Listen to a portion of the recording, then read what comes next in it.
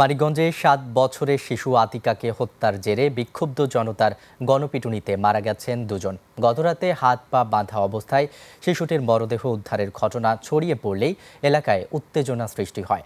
Police জানায়, সোনার কানের দুল ছিনিয়ে নিয়ে ধর্ষণ চেষ্টার পর শ্বাসরোধে শিশুটিকে হত্যা করে অভিযুক্ত নাইম। মানিকগঞ্জ প্রতিনিধি আলামিন মাহমুদের তথ্য ভিডিওতে উপমা রায়ের রিপোর্ট।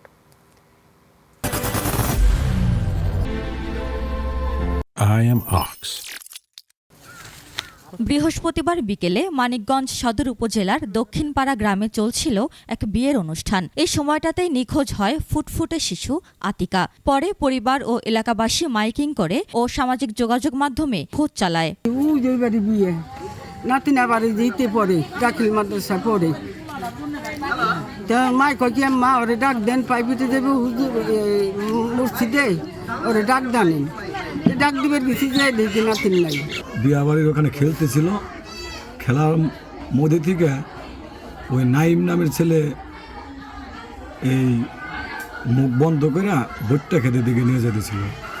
আমার ভাগ্নি, আমার বাস্তির কানে রিং ছিল আর এলাম চেন ছিল গলায়।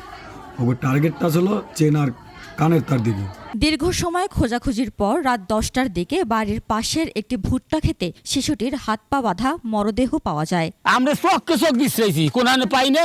এখন তো আবার বাড়ি আসবার আছে, দেখে এই জায়গা মাছ পড়ে নিছে বাড়ির কাছে। এটার যেন সঠিক বিচার যেন পায়, এই যারা নাকি ভুক্তভোগী, এইটাই আমি আশা করি।